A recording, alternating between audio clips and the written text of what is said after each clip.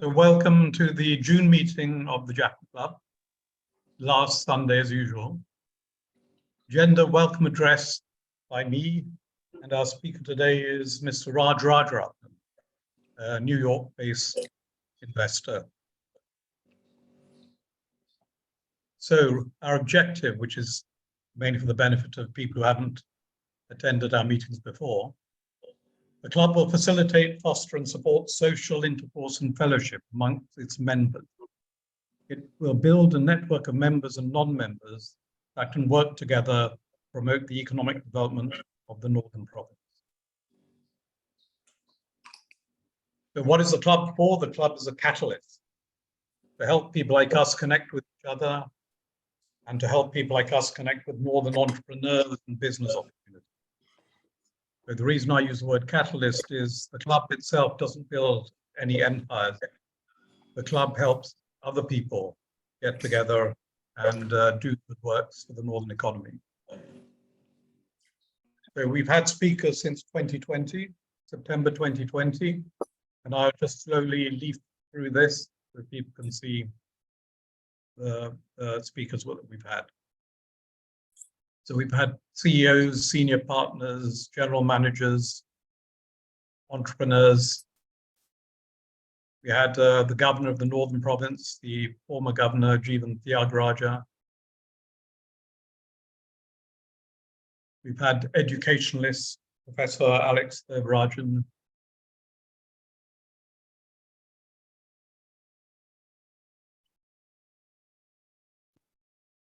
We had the director of the Jaffna Teaching Hospital.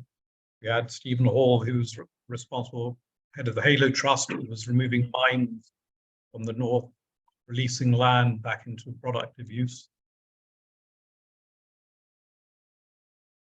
So now we have Raj. Raj, do you need the screen or will you just be speaking? I'm sorry? So Raj, do you need to take over the screen? No, thanks. I don't need the screen. All right, good. So in that case, I will give the floor to you, sir. So if you carry on. Okay. Vanakkam, thank you for taking the time to join this Jaffna Club presentation. When Jagan was going through the list of speakers, I could recognize at least half a dozen of you who we've invested with or about to invest. So in my opinion, the Jaffna Club has done a tremendous job in connecting people from all walks of life. Let me start by saying that our family has done charity in Sri Lanka for over 20 years in the areas of education, healthcare, women's empowerment, microfinance, so on and so forth. But the pivotal moment for me and my family was when the Aragalya started, and we started rethinking our strategy.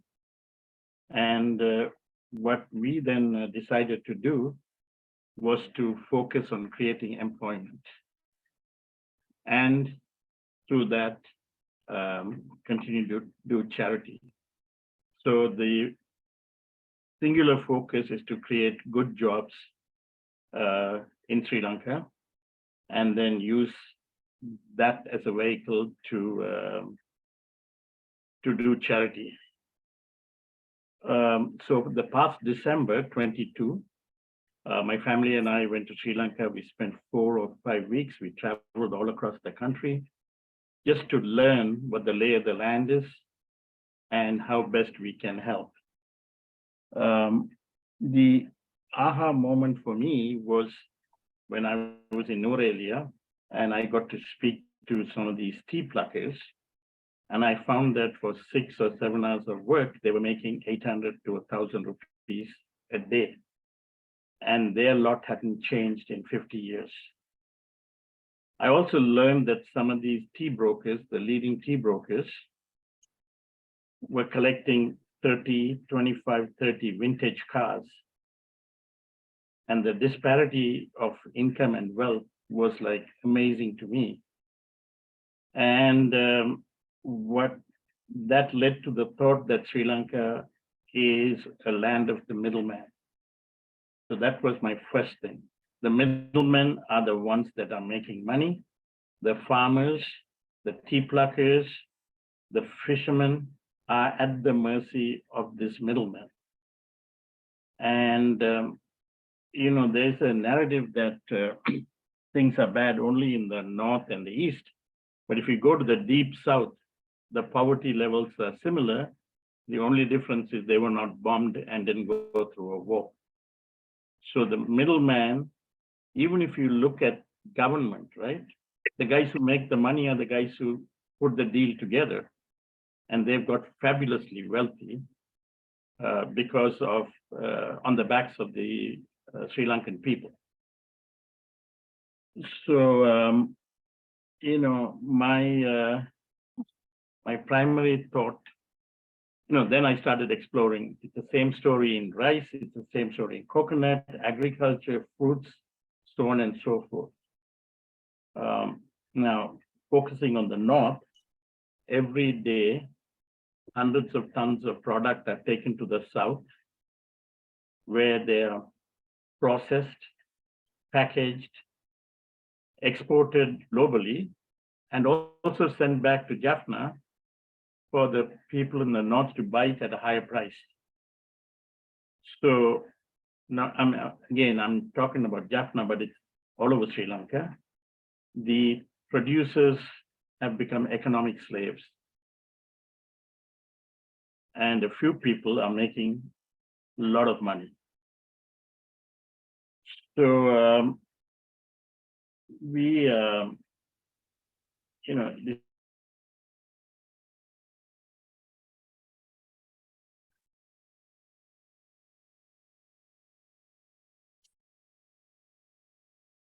The Raj seems to have frozen at the moment.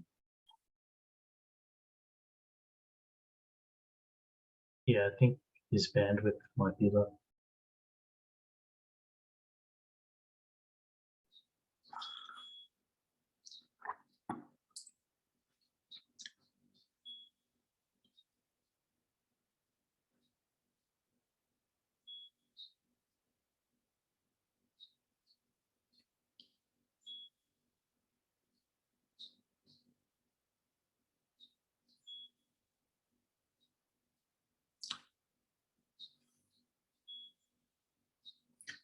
Raj, you're muted.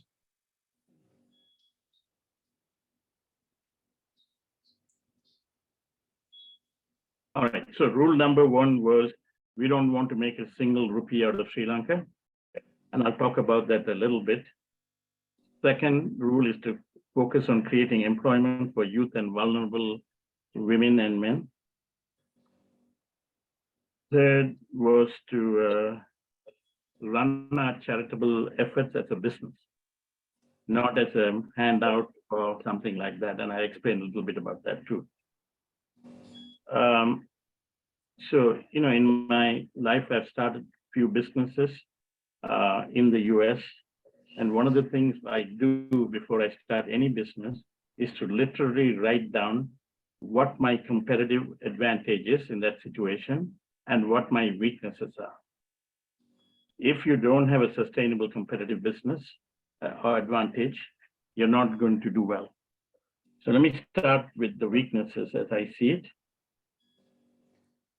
The primary weakness is me. I left Sri Lanka at the age of 11. Haven't lived in Sri Lanka, haven't lived in Jaffna because I was born in Colombo, went to school in Colombo. And so that is a significant weakness compared to, if you lived and went to school in Jaffna. I do speak Tamil though. The second weakness, we don't have an organization in Jaffna or in Sri Lanka. We do have in the Colombo, which is on the investment side, but not on the foundation side. So then you talk about how do you mitigate this? And the way we mitigated is we decided to form an advisory group. And in that advisory group, we have some very capable Sri Lankans, 2 who live in Jaffna, a person who's been a CEO of several banks, major banks in Sri Lanka. Our CFO was a banker as well as CFO of a large public company. And then we have 2 in New York, part of Cinnamon. The common thread among all these people is a passion to help people. And so the advisory group today, I would say, has gone from me being the biggest weakness to becoming a strength of us. And we meet regularly. We've done a bunch of things. I went back to Sri Lanka again in May and June for about 6-7 weeks.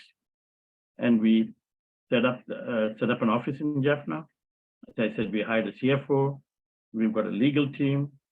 We've hired accountants. We've hired staff, full-time staff, and met with the heads of regional banks, the heads of the north, so the regional banks, because they could be a good source of referrals to us in terms of opportunities. So as I look at my strength, number 1, we have a good advisory group with passion. Number 2, we are not looking for profits. So when you don't look for profits, your lens is very different from if you're trying to make returns. And I'm going to talk about that because this is a key aspect of our thing. Thirdly, we're not constrained by capital.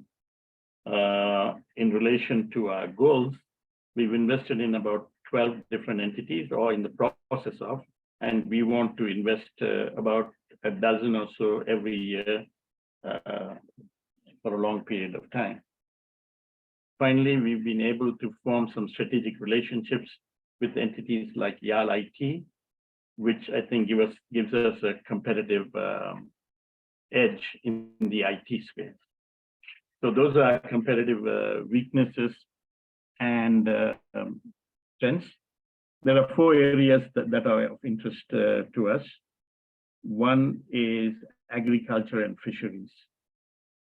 Number 2 is IT. 3, microfinance. And 4, art and culture. So we look at our business for opportunities. We've segmented into 2 groups. One, where we're providing growth capital. One is larger companies that need money, that have been set up operational for several years and are looking for growth capital. Unfortunately, in Sri Lanka right now, the bank rates are very high and many people are getting squeezed by the debt levels. The second is startup or smaller companies which target entrepreneurs. Now, in the larger companies, in that sector, our strategy is to provide growth capital. We don't want equity. We think the equity should be owned 100% by the founder and the employees. We don't want profit sharing in return, because that's a cumbersome thing to monitor, and we don't want to get into trouble or get into arguments if somebody puts their mother-in-law and father-in-law and their brother and sister and cats and dogs on the payroll. What we do decide, what we want is a royalty based on the incremental revenue growth. Let me explain. If a company is doing 100 million rupees a year and our capital helps them go to 200 million rupees, the incremental revenue growth because of our capital is $100 million rupees. So we want a percentage of that as royalties, and we will take that royalty and give it to charity in terms of education or medical care, things like that in that area. So for example, we sponsored 2 ambulances in the Wani area, as example of what we do in the healthcare area. So it's a royalty-based model. Now for the startup companies, we provide funding. We don't expect royalties, we don't expect profits, we don't expect equity. We will provide them capital till they get to cash flow break even. And then once they get to cash flow break even, if they want growth capital, then we will revert to our royalty model. So I hope, when we have question and answers, if you want further clarification, I'm happy to do that. So that's the strategy. So what we have done so far in the 6 to 7 months since as a family first went to Sri Lanka, is we've invested in about a dozen or provided growth capital to about a dozen companies. Some we are in the process of doing the paperwork. These companies are in fruit processing and agriculture processing, providing fertilizers for livestock, cattle, milk processing. We are working on the coconut processing sector, and in doing microfinance for rice farmers. The rice processing industry in Sri Lanka is controlled by 3 families who are in the Anuradhapura Puranaru area, and they actually bully the farmers into paying them lower prices than what is available in the market. They provide financing to these farmers at 20–25%. And unfortunately, in the north, there's a lack of processing factories because after many years of war, relative to the output we have a shortage of processing factories, and that's an area that we're very interested in. Now, on the IT side, we've invested in 6 companies, and most of them are startup companies, and we've got many of the referrals from YAL IT. We are a platinum sponsor of YAL IT. We've funded about 50% of their seed capital fund, and we've just established $5 million venture fund to help entrepreneurs start IT. And the more companies that are started, there'll be an ecosystem of people staying in the north, and there'll be job opportunities for a lot of youth. So that's a strategy. Now, the 4th area is the arts and culture area, where we've just started slowly. We are investing in a company that is making greeting cards. We are investing in a company that is promoting tourism in Delft Island. We just sponsored, we are one of the sponsors of the first Jaffna night market in outside Fort, which I understand was last Saturday was the first one. And I understand that was a big success. There's literally no nightlife in Jaffna. There were a bunch of vendors and a bunch of customers. And then we've agreed to fund a talented Sri Lankan filmmaker who had produced 2 hit plays that were well received in Australia and London. And now he's going to produce a film in Sri Lanka about the experiences of the Tamil diaspora. Our goal, finally, is to set up a gallery in Jaffna to exhibit Sri Lankan art, Jaffna-based Northern Tamil art. Again, if you analyze the art industry, the gallery owners make 40%. So again, an example of the middleman making lots of money on the backs of the people who work. Finally, if everything goes well, we'd like to do a Jaffna Literary Festival for 2024 or 2025, where we can showcase Tamil musicians, Tamil filmmakers, Tamil artists, and so that's our goal there. Now let me talk about lessons learned that we've learned. Remember, in the last 7 months, I've spent about 3 months in Sri Lanka.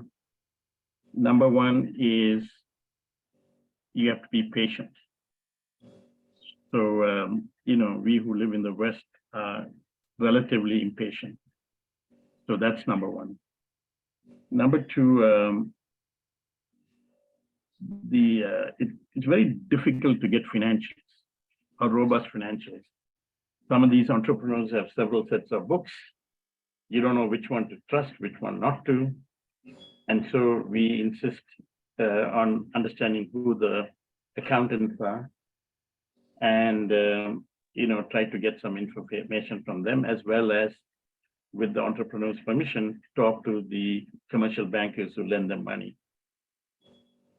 So far, we've not dealt extensively with the bureaucracy in the North.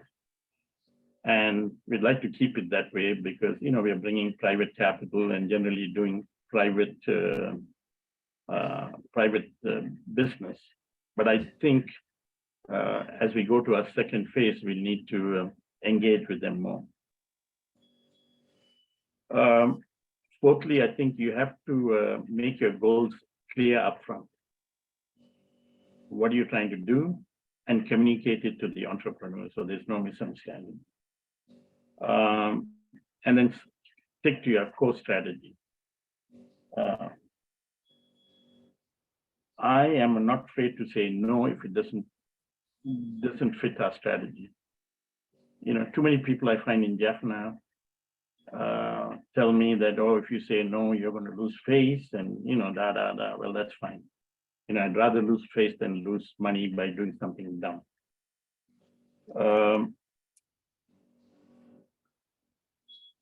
So those are some things I've learned. And finally, my current thinking after this recent trip to the North, one is we are employing old, ineffective agricultural techniques. We need to employ new techniques. I'll give you an example. Today, on average, a coconut tree in the North produces about 65 coconuts a year. In India, it's double that. A cow in Sri Lanka produces 1.5 to 2 liters. I may be off by a little bit, but not too much. Whereas in India, it's almost 3 liters, and in places like Australia and Europe, it's 5 to 6 liters a day. Rice, most of the rice in our part of the world is plain vanilla rice. We can hopefully transition to more nutritional rice. Organic farming, while it's starting, is still in its infancy. So I think trying to set up a center, or they had IT parks and industrial parks to enhance agricultural yields would be a good starting point for us. And then there are lots of spices that grow well in the South we haven't tested in the North, like cinnamon and things like that. I mean, Ceylon cinnamon has a good world-class reputation. So we every day we get more optimistic. We see a lot of business plans. We like to have a template, internal template, where they have to fill their last 2 years' finance, the next year's projections, who the bankers are, what the ownership of the company is, and that's been excruciatingly slow relative to what we are used to in the West. So Jagan told me to keep my comments to about 30 minutes. I think I have 1 more minute to get to 8 o'clock. The clock has struck 8 in New York, so Jagan, it's over to you. Okay, thank you. Thank you very much, Raj. I think we can now open the floor to questions. Would you put your hand up? Does everyone know how to put their hands up? I could see Dr. Surendra Kumar, or should I say Professor Suren. Suren, do you want to ask a question? You're muted, Suren. Yeah, thank you, Mr. Rajaratnam. I'm Professor Indra Kumar, Dean, Faculty of Medicine, Jaffna. I want to give you two important questions because first thing is, now you correctly mentioned, but we know that our youths, they have two problems. One thing is they lost their hope due to many reasons, and then they are expecting, and so say this one not work and things won't work like that. The second thing is they don't have an imagination or this lack of imagination. So when they do like that, and where they can end and all those kind of a thing. So it may be important for them to, one thing is support and this culture of entrepreneurship to start even during their childhood and to be trained them. And also they need some type of exposure, that working with different places, even some of the exposure even to India is good for them to plan their thing. So how that you can help in that regard. The second thing is mainly most of this business, even all business, as you correctly mentioned earlier, that in northeast leading on this business, but after this 30 year of war and lot of business people also left. So here then people are really struggling for their working capital, even this capital and also working capital. Many institutions, I'm associated with the two hospitals, and it is providing a lot of employment opportunities, but still they are struggling to run because high interest rate and things working capital. So how your initiative can help and then people to get that working capital and to do the business. Thank you. Yeah, so thank you. I mean, you have to appreciate the fact that these youth people that you're talking about have gone through horrendous trauma right over the last 30 years. And so you have to cut them some slack. I was pleasantly surprised, before I went to Sri Lanka in December to reassess our endeavors, I heard that everybody's lazy, everybody's on drugs. This is a narrative that you hear from outside. But if you really look at it relative to the rest of the country, it's not that much different, right? Because again, I don't know, but I've been told that the drugs are being distributed by the powers that be. Okay, I don't know whether it's the army, the police, Navy, I don't know, but this is what I've been told. But it's no different in the South too, maybe a little more in the North. So I think we have to provide avenues for the youth, whether it's sports, arts, culture, to keep them occupied.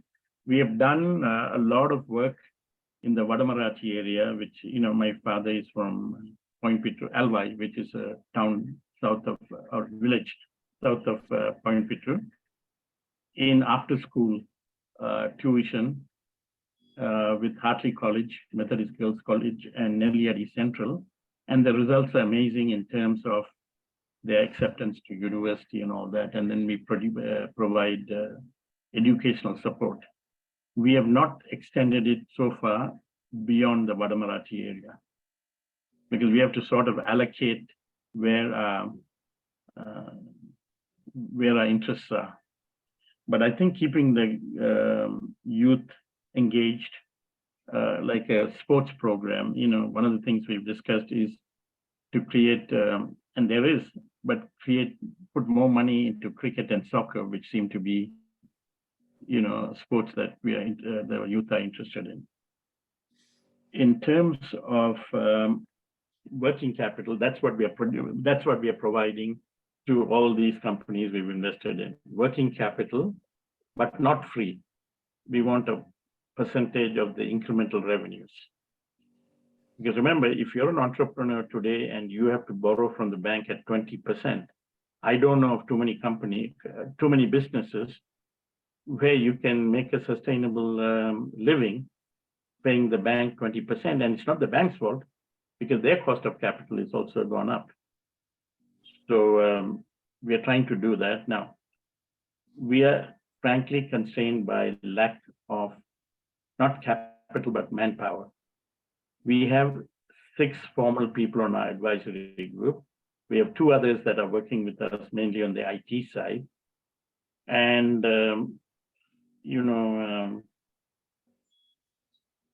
I would love to work with like-minded people who can take a certain vertical, whether it's art or, IT, and expand the efforts. I also have, built a home in Jaffna. We're going to spend about 5 months a year in Jaffna to keep driving this process. You can't do this, I don't think, remotely. And so, yeah, but those are all challenges that, we need to figure out. And the other thing is this, you have to understand, I spent my life mainly as a tech investor. In Silicon Valley, the bulk of startups fail. We hear about the Googles and the Facebooks and those companies, Apples and all that. But there are so many more companies fail than succeed. So if you go in with the attitude that every one of your investments is going to be successful, you're going to be sorely disappointed and you'll walk away. So you have to go in there saying, listen, it's better to try than not try at all. Try and fail.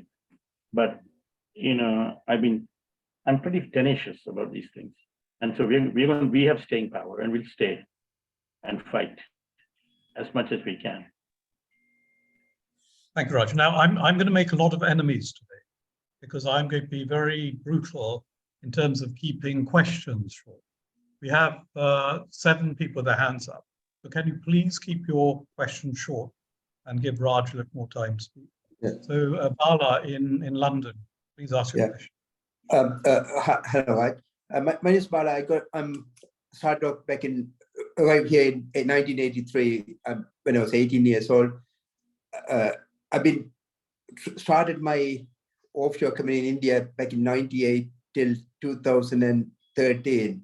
From 2010 up till today, I invested and I'm very successful. I'm getting a return on investment.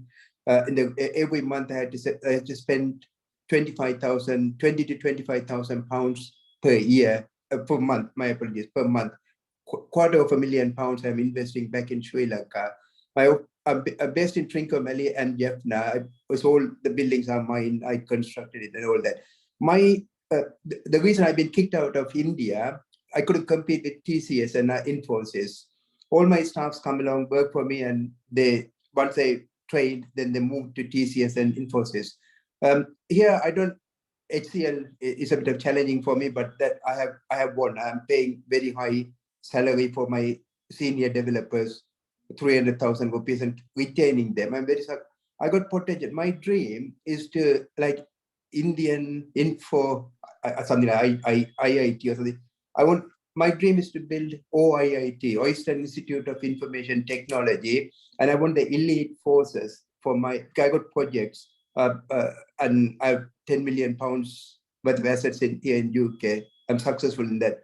But I come to the stage, really, I never, until now, I never seek for any investment. All the funds are profit on return. My profit, I paid off all the things.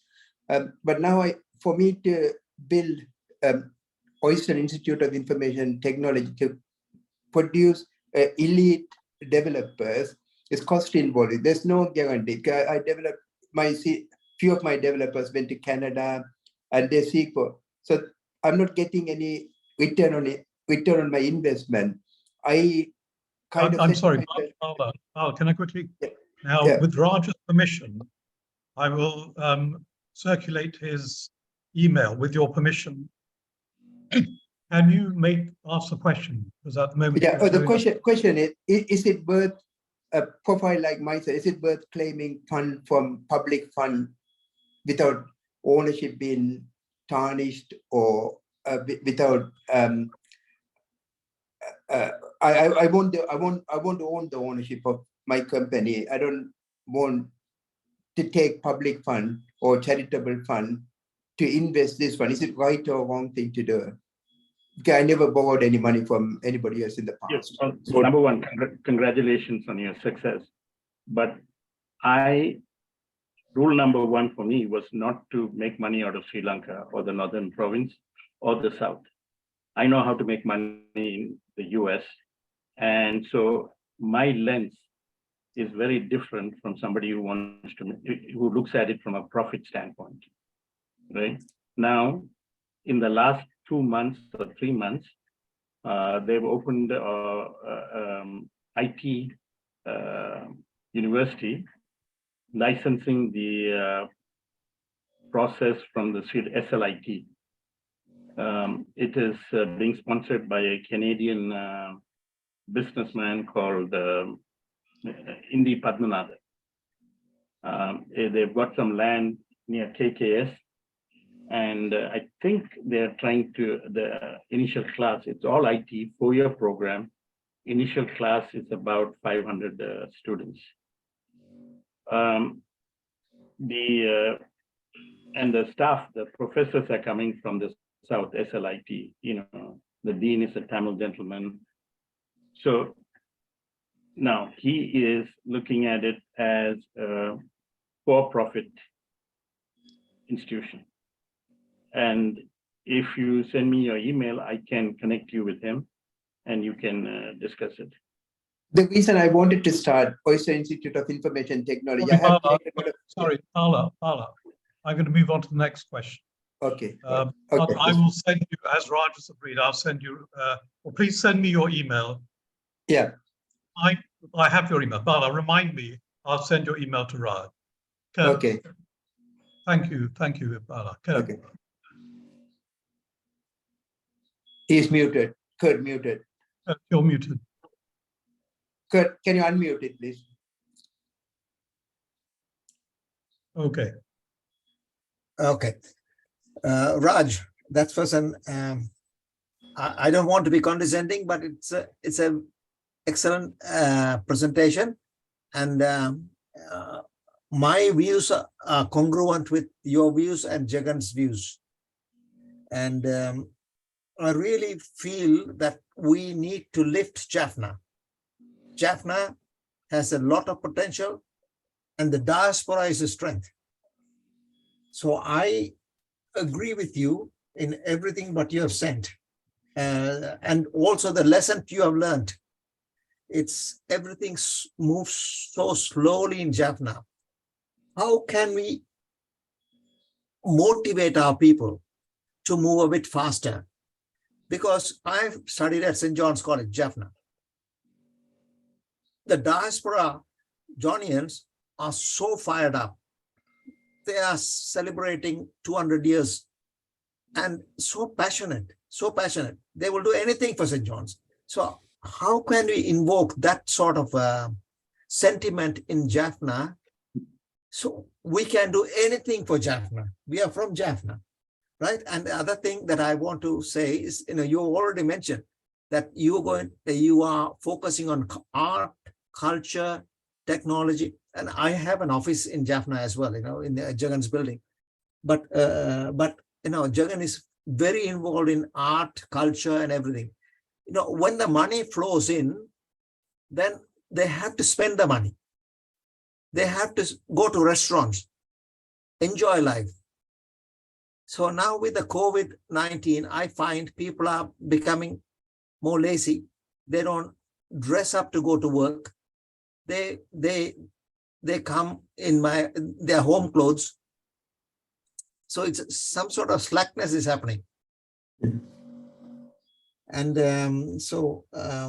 drugs, and you also mentioned about drugs, I was in New York in 1984, and I know that I was in Bronx.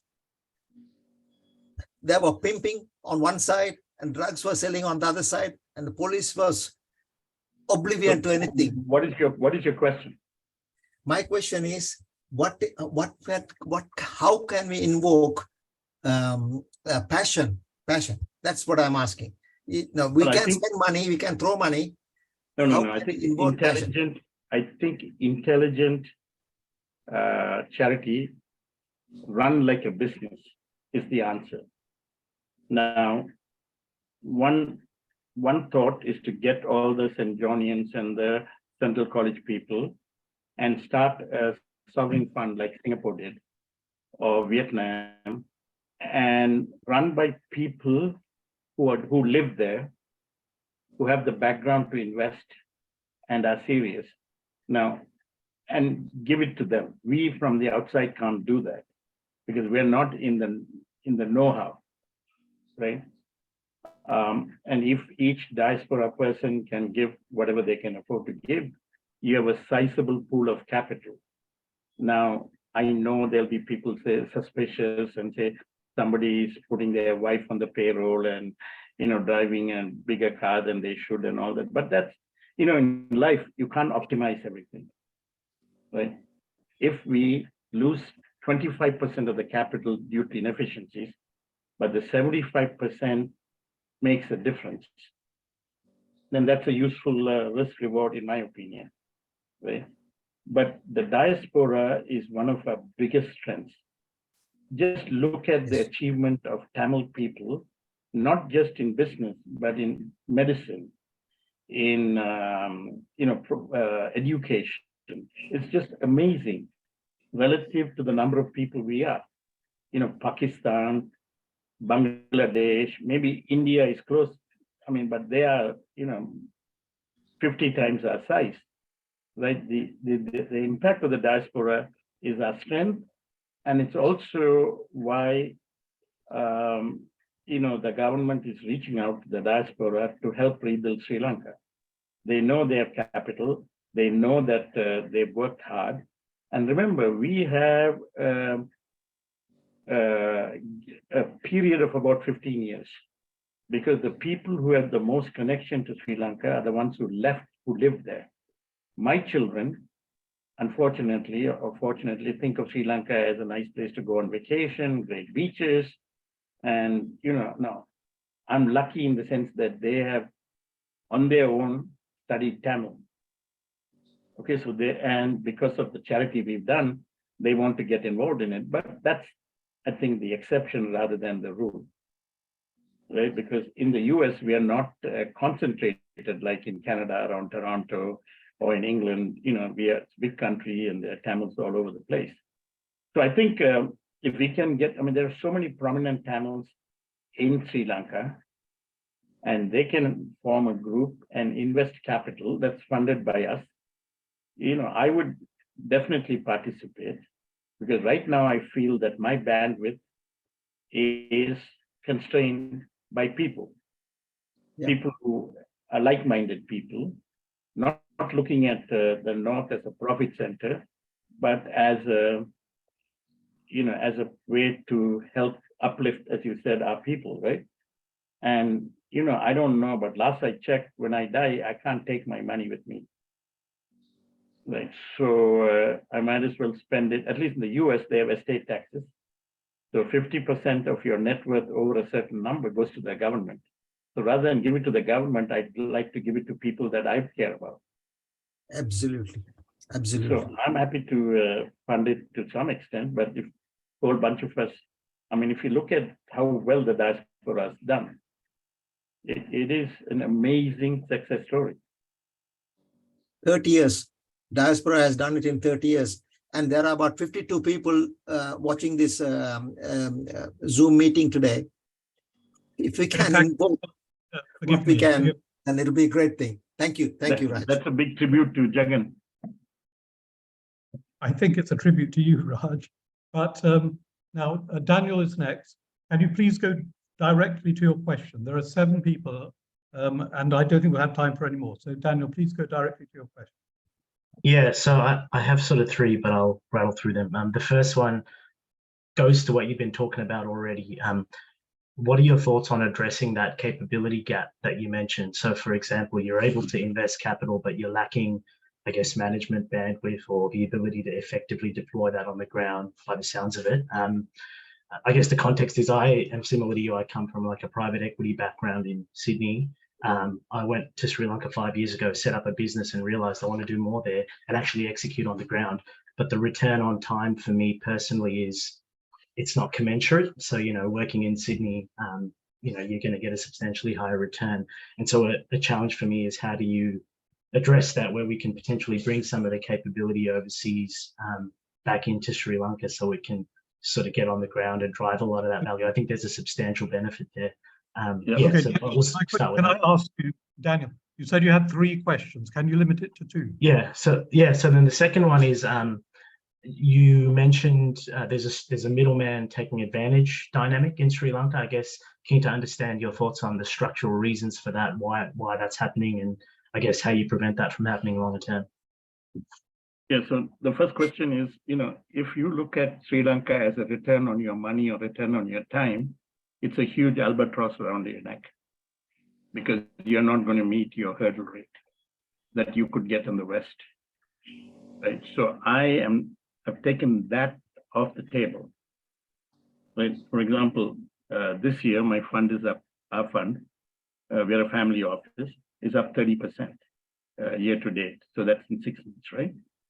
There's no business in Sri Lanka, I know, that I can get 30% return on my capital. Now, the good thing about 30% return on my capital is I might have more capital to do the things I want to do. Right, so that's one. What's your second question? Sorry. Oh, the middleman, right? Yeah. The middleman concept started with corrupt government officials giving contracts to their relatives and friends. I don't want to name names, but you know, the ex-president's family dominates the rice processing and rice packaging industry. Now, what they do is they give the farmers loans at 20% plus. Farmers need this loan during the cultivation period. Just before harvest, they come and ask for their money back. And the farmers don't have the capital, so they pay the farmers, let's say, 100 rupees per kilo when the market price is 140. So they keep strangling you so that the farmer is always indebted to these third-party guys. And this story goes on and on and on, right? So what have we done? Working with some people in Kilinochie, we've committed $500,000 to provide farmers low cost, you know, sub 4% or 3%, so that they can tell these middlemen from Anuradhapura and Polonnaruwa to go to hell. Now, the fear psychosis sets in. People say, oh, you're going to take these guys on, they are mafia, they are gundas and all that, right? But to me, for a person like me, that is a challenge that I want to do, right? And there are people brave enough in Kilinochie, then, you know, we are going to do this because we don't back down. As I said, look at the success of our community, right? When we are not encumbered or we've given the freedom to, so you can't say the Tamil community in the Western world is hardworking and in Jaffna is not. I don't buy that. It's just that the experiences have been different and they're dealing with so many survival issues, right? So I don't have all the answers. I'm going to do this and I'm going to do it tenaciously and fearlessly. And let's see where the ball ends, you know. But again, I'm not speaking for other people, but if we are looking at it through return on time, return on money, I would look at it as return on empathy and return on passion and return on, I don't know, compassion, right? And to me, when I came back from Sri Lanka this time, I spent 6 weeks there. I was in such a high because we were making progress one step at a time. And, we provided growth capital in the process to 12 entities, and hopefully we'll do 50 in the next 5 years. And maybe my children might say that I'm a good guy at some point. So that's the payoff I see. Okay, thank you, Raj. Now, Lasantha asked for a quick comment, but Lasantha, you're second in line. So I'm going straight to Tam. Tam is in Toronto. Tam, again, can you make your question quick and direct, please? Yes, I have two questions, Raj. One is, do you have any plans to invest in sea cucumber farming? If so, how do you have any plans to mitigate the potential environmental damages that it is going to cause? The number two question is that there are severely shortage of nurses in Jaffna. The Jaffna teaching hospital itself has 180 nurses shortage. Do you have any plans to start some kind of nursing colleges or healthcare related colleges to provide staff necessary for northern industries? These are two. So Lasantha, very on a high level, we've looked at sea cucumbers, but have not really dived deep into it, right? In terms of the healthcare and the nurses, I think we're here the head of the Jaffna hospital. I think there are two issues. One is a cultural issue that in Sri Lanka, men don't want to be nurses. In New York, at least 30% of the nurses in hospitals are men. And then there's this thing about nursing is not a dignified job.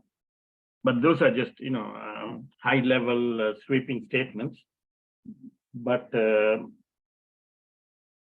third issue that I learned when we did some digging into this is that the nurses unions are very strong. So if you start a private nursing school to teach people, you don't get accredited easily. You don't get recognized. And I'm sure, Dr. Satyamurthy can give you some insights into that offline, but if there's an opportunity, I would really look at it very, very seriously. Okay, thank you, Raj. Thank you. Lasantha, again, please make your question direct. Yeah, thanks, Rajaratnam. As you said correctly, so the nurses are trained by only the hospital attached colleges and the universities. Outside, not yet allowed by the Sri Lanka Medical Council. So if there is any permission, if the permissions to the outsiders, so they should, after training, they should be, taken into the health ministry. If such situation is there, then it's possible to train outside. Otherwise, no point in train outside. As Rajana said, especially the unions in the other people, they are more vigilant. They don't allow people outside. Like even, nurses were trained in India after coming here. The medical council is, their nursing council is struggling to give certification to work here. So maybe now due to this crisis and the other problem, because nurses are now going to Singapore and the Europe for new jobs from the Ministry of Health, it means from the hospital. So now shortages are more felt now, shortages are more. So government is thinking now, if the government allow, then it's possible. Otherwise, still we have a problem. Okay, thank you, Sat. Lasantha. Yeah, thanks, thanks, Jagan. Thanks a lot. Mr. Rajaratnam, Lasantha, just one question. Just call me Raj, please. If you have a point of view on sea cucumbers, and you want to, work together with us, then we're looking for opportunities. Okay, Raj, That was Tam Sivadasan in Toronto who asked about the sea cucumbers. Oh, okay. This is Lasantha in Colombo. Yeah. Hi, Raj. Your talk was music to my ears. I am from Colombo, but deeply committed to assist the people in the north, and I've been going once a month and doing my little bit with the people, traveling to the north and doing my bit, and Jagan knows what I do. What I wanted to tell you was my whole thing is the solidarity from the south. So if you require any kind of thing, my personal background is in microfinance, but rice milling, whatever you need, I'll be more than happy to come on board and help you. I also understand that you and we both went to St. Thomas's Prep School. So, you please look me up, Avankalanka Foundation, and I'll be more than happy. And actually, for me personally, this is a wonderful day because what you spoke was just music to my ears. Thank you very much.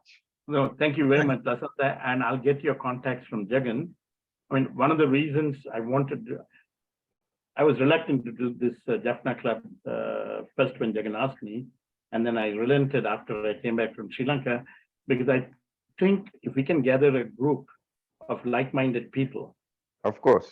But I also don't want, when over the 20 years when we've done charity, we've done it across the country, right? And so I just don't want to, at least from a personal standpoint, we are talking with some cinnamon growers in Balapitia, right, in the south. Now, I think 80% of my funding and efforts would be in the north, because the north went through a huge war. Of course, The south, deep south didn't, right? But these middlemen are the damn, I don't know what the word is, they're strangling. Yes, definitely. And if we are strangling the farmers, and if we are self-sufficient in food, fisheries, and food, then we have a solid base with which to launch IT and other, look at some of the IT companies in the south that are so successful. Definitely. Yeah. But I think, thank you. Also this is a great time because the center, the government is weak. They're bankrupt. Yes. Yes. They're being watched carefully by the IMF, the Human Rights Commission of the UN, India, US. Definitely. And so they can't get away with some of the nonsense that they got away with over the last several years. Definitely. So I think this is a good time for all patriotic Sri Lankans to really figure out with clarity what they want to do. And, there are 101 reasons why not to do it, right? And in my opinion, in my way of thinking, there's only one reason why I'm doing it. And the reason is because I want to do it. And it's my money. Exactly. And, that's it. I want to do it, Yeah. and do it intelligently. It has to fit in with the framework of agriculture, IT, microfinance, and art and culture. So. Definitely. Okay, thank you. And thank you, Lasantha. Sean. Yeah, thanks.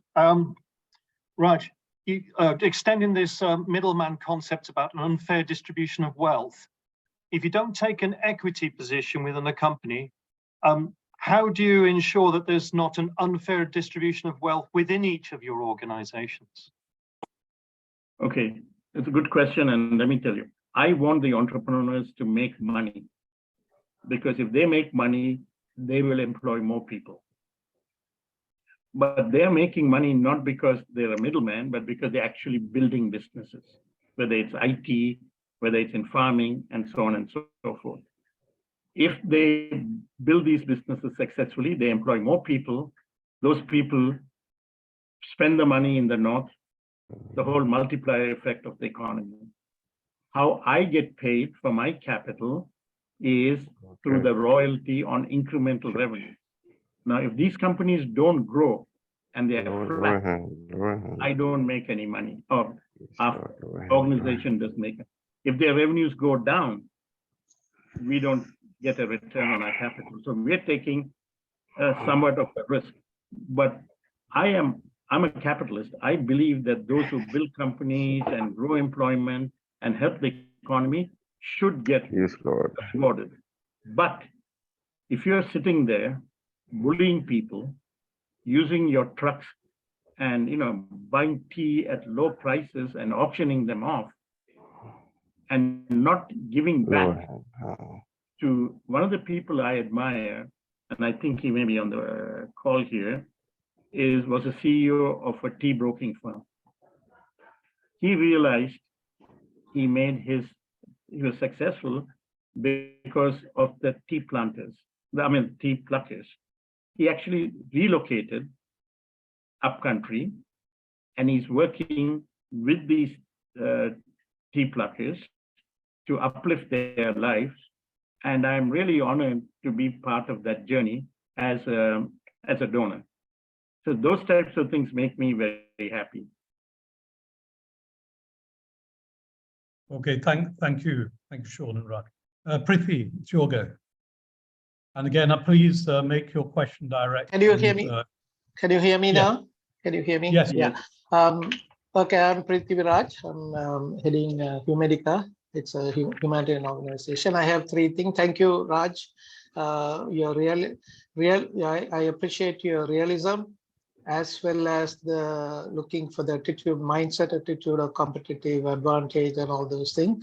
So the reason my first question is about this whole mindset change, because while understanding the fact that North has gone through quite a lot of serious situation, but the whole idea of entitlement mindset, especially the young people or whatever the thing, more like an entitlement mindset. Is there any way you will be able to facilitate a kind of a third generation diaspora community involvement in Sri Lankan North situation, North and East? I'm talking about Northeast, there are 5 districts. So North and East, especially the third generation of diaspora community, as you rightly pointed out, you can't blame them, but somewhere down the line, they have got opportunities to somehow learn new things and skills things and all those things. In some way, you'll be able to facilitate skill sharing thing with the North. That is number one. Yeah. Raj, you're making a speech. Yeah. Can you get the question? Yeah. Yeah, the question is, will you be able to engage the third generation diaspora community to be connected through skill sharing kind of a thing, not for money or anything like that. Basically, skill sharing to change mindset of the people. Number 2, in Delft Island, there is a huge wealth of medicinal plants. More than 60% of the wild plants are medicinal plants. So there's a huge wealth actually lying there in the Delft Island. Is there any possibility for you also to really somehow facilitate or somehow discuss about it? Because there's a huge potential there. Thank you. Thanks a lot. Okay, so let me, I've thought about this. How do you engage the next generation? And the people who've done, the race of the group that's done it really well is the Israelis. What they do is they offer summer internships for Jewish people to go to Israel, spend the summer there, and live in the kibbutz or live in Israel. And if you're interested in medicine, you go and internship with a hospital. So there's a connection. The other thing is, we provided growth capital to a company called EDUS, which does online education. And recently in a meeting, we suggested that they teach Tamil, spoken Tamil, to the diaspora kids, not written or, reading. And they, I think, told us that within, 24 lessons or 18 lessons, they're able to teach spoken Tamil.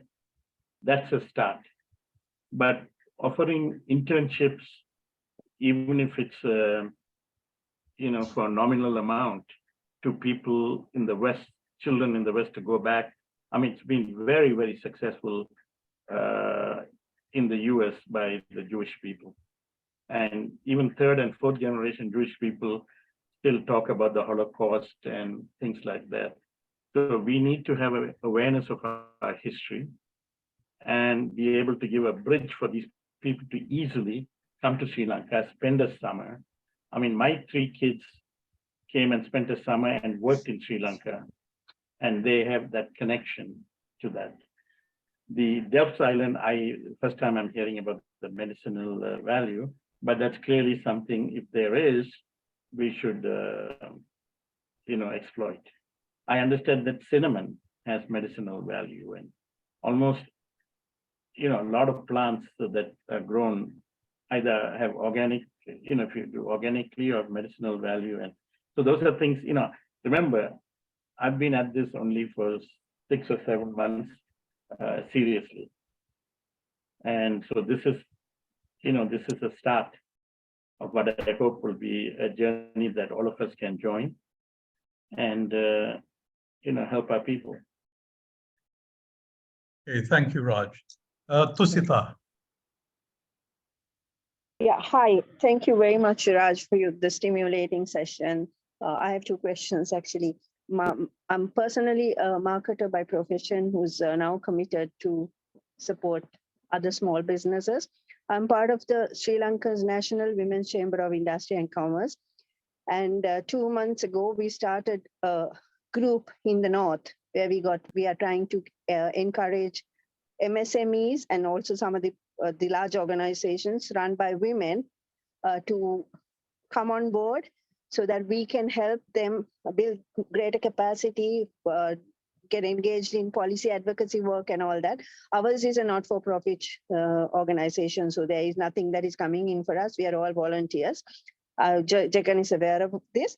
One is, well, my question is actually, can we, maybe there could be some women who might be able to fit your criteria. If so, can we appeal? And then the second question is, you were talking about charities which are run professionally. I'm part of 2 foundations, but of course both those work not only in the North, but all over the island. One foundation handles cancer. We run a transit home for cancer patients at Maharagama, completely free. The second one is we run a call center to support mental health issues across the island through a call counselor service. And people can call from anywhere, a free call, and talk to a trained counselor. I mean, suicide rates are very high in Sri Lanka right now. So these are different issues that we have. And then the other foundation is working with children with disability. 20% of the children born in Sri Lanka has some form of a disability. I'm just asking you, if we can connect, would you consider these 2? I mean, go through your normal evaluation process by all means. These are 2 great organizations supporting Sri Lankans and addressing needs that the government is not addressing. So can we get in touch with you for support? Yeah, I mean, let me give you the short answer and then give you a longer answer. The short answer is yes. The longer answer is we have another charity called Truth to Power, which focuses on women. That's run by my sister, Vadani, who was with USAID for 30 years and has relocated to Colombo. We have backed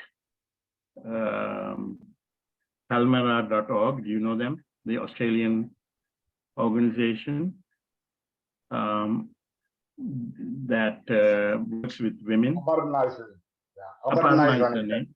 Yeah, Aparna is running that. I've met Aparna in New York. Vadani spent a lot of time, and we just committed, I think, $500,000 over a period of time, 2 or 3 years, to help them. We've also worked with another doctor from Jaffna, who's done some work with disabled women. And we are funding his program as well. So it's in our thought process, but it's run in a different charity called Truth to Power. We have 3 charities: Cinnamon Global, Serendip Foundation, and Truth to Power. And the reason we do it like silos is because it gives a total focus for those people who run those things. Okay, thank you, Raj. So, Tusita, I can put you in touch with Raj's sister. Is that okay, Raj? Yeah, if you can CC me, I think I carry a little more influence with my sister than you do. So just CC me and I will tell her to do the right thing. Thanks, All right. Jagan. Thanks, Raj. Thanks Thank for you, the question. Prasad, please. Hi, Raj. Hi, Prasad. This is Prasad from 3Axis Labs. I'm based at Jaffna. So Yeah, we yeah. have. Thank you for listening. Get to know the vision of your investments and activities. So I have two questions or maybe comments or some feedback. So in terms of your character, that you are investing on the musicians, sports, movie makers, and those will reduce the bad habits in the youth. So I'm completely accepting that. So we have so many grounds for soccer and crickets and outdoor activities. But when it comes to indoor games, so we have limited badminton courts and centers. So my question is, are you investing any of those indoor game setups, anything? Second one, so in terms of the buildings in Jaffna, the commercial buildings, in terms of park, IT park or anything like that.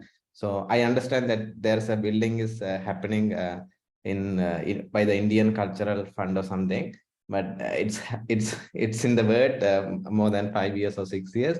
But there would be a better opportunity to create an IT park in Jaffna or around Jaffna. So these are two my questions or my feedback. All right. So, Prasan, thank you for giving us the opportunity to invest with you, and we're excited. Thank you so much. So, your first question is activities, right? And we have set up a small group to look at sports in the north and in the northern province. And so that's in its early stages, and we have not really talked about indoor. You're talking badminton and chess and things like table tennis and things like that, right? Yeah, we have not really explored that, but it's a good idea. As I said, we are constrained by manpower. Yeah. We have 6 advisors, 2 who are de facto advisors, and we have a bunch of other people. But this is why my wife and I want to come and spend 4 or 5 months in Jaffna a year and set up these things. It doesn't happen via Zoom, or it doesn't happen by telephone. You really have to make it happen. Okay, thank you, Raj. Now the last question. Thank you, Prasan. Vasi in Australia. Raj, I have 2 questions. Raj? Yes. Raj, my name is Vasi Rajadurai. The first question is, there are many diaspora people who have a lot of money. They are afraid to bring their money into Sri Lanka, right? Have you thought of having a kind of a fund where people can trust you, or you can have a team like Mr. Indrajit Kumaraswamy and so on and so forth, a team where people can bring the money and invest? That's the first question. Second question is, Mr. Raj, that you have been a successful man in stock exchange and so on and so forth. Do you have any plans to transfer your knowledge to our young people, Tamils or Sinhalese or Muslims in Sri Lanka? Do you have any plans? Thank you. Okay, so the first plan I alluded to, which is to set up a sovereign fund-like thing, run by people who have investment acumen, who can understand businesses and invest effectively. I know Indrajit. I went to university with him many years ago. He was doing PhD when I was an undergraduate, and he's an amazing guy, man of integrity, and could easily be the person that has the trust of everybody. And he could be a chairman of that fund if he's willing to do it. But where he falls short is this has to be a full-time job in the north. You can't sit in London or New York and do it. Right now, about myself and the stock market, I think my core competency is to understand businesses and then see whether they're fairly valued relative to what it's trading in the public market. It's not figuring out is a stock cheap or high or whether it's going to go down. It's understanding what is ChatGPT, who are the players who are going to benefit. Is NVIDIA or is it going to be Microsoft, or really understanding. That's what I enjoy doing, and I spend most of my time analyzing and breaking down business and investing in the public markets. I mean, our fund, we have a family office. We invest in real estate, venture capital, private equity, and public securities. That's really the gamut. But somebody like Indrajit has tremendous respect and is a man of integrity and just a wonderful human being. He could be like the chairman of an entity like that because he has credibility with both the government and the Tamil people. And I can't vouch for him. I've known him for 40 years. I have actually sent a copy of this meeting. You must be listening now. I don't know. Oh, you sent a copy to him? Yeah, why not? He's probably watching the Ashes or something like that. I don't know. Fingers crossed. But anyway, I think that we should, I fundamentally think this, but I'm not going to wait for it to happen. I think we should fundamentally pool our resources, trust each other, and say, look, if each of us puts, I don't know what, even a nominal amount, and say, look, let's give it a try. I know we have the intellectual capacity. I know we work hard. This is not just Tamil, Sri Lankans. And I know that we can make a difference if the capital is patient. But if you're looking for 20% return every year for the next 5 years, then you should do that in the West. Where are you, Australia? I'm Australia. Raj, I have a project. Chitcoin is my project based on chit funds. Darcy, I'll cut you off there. Now, if you want, I can put you directly in touch with Raj so you can do that offline. Darcy's a very active guy in, I can't remember, Sydney or somewhere down south. So very interesting to speak with. But we can do that offline. So for now, Raj, I'm going to thank you for this amazing session.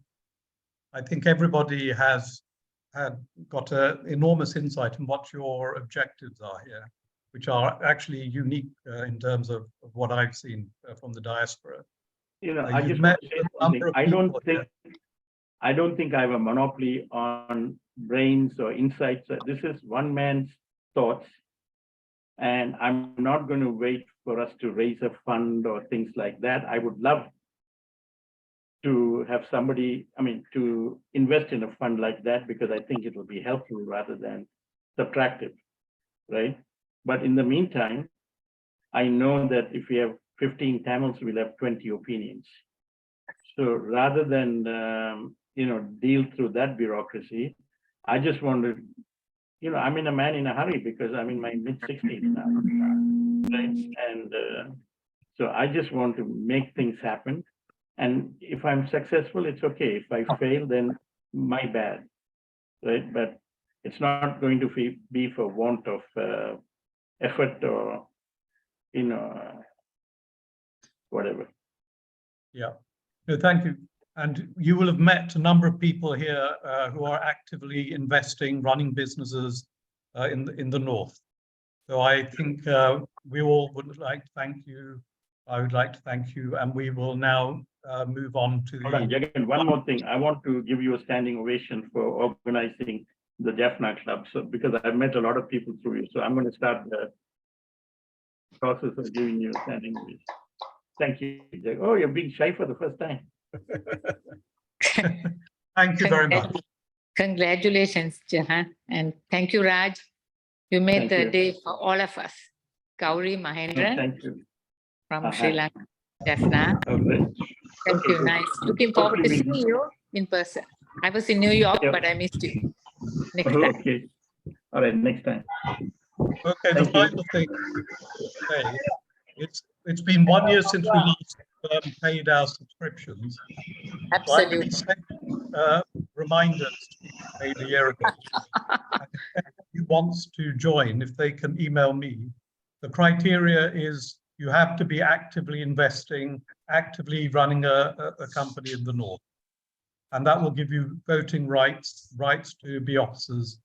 But anyone can join these meetings. It doesn't stop anyone from joining these meetings because the purpose of the club is to connect people. If no one has any other business, then I'm going to, I'll give people 30 seconds, well, 10 seconds to say they have any other business.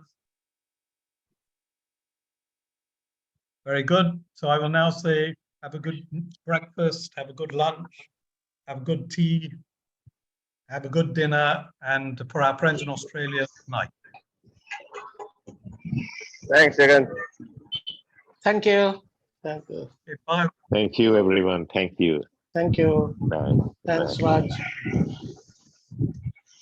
Thank you so much.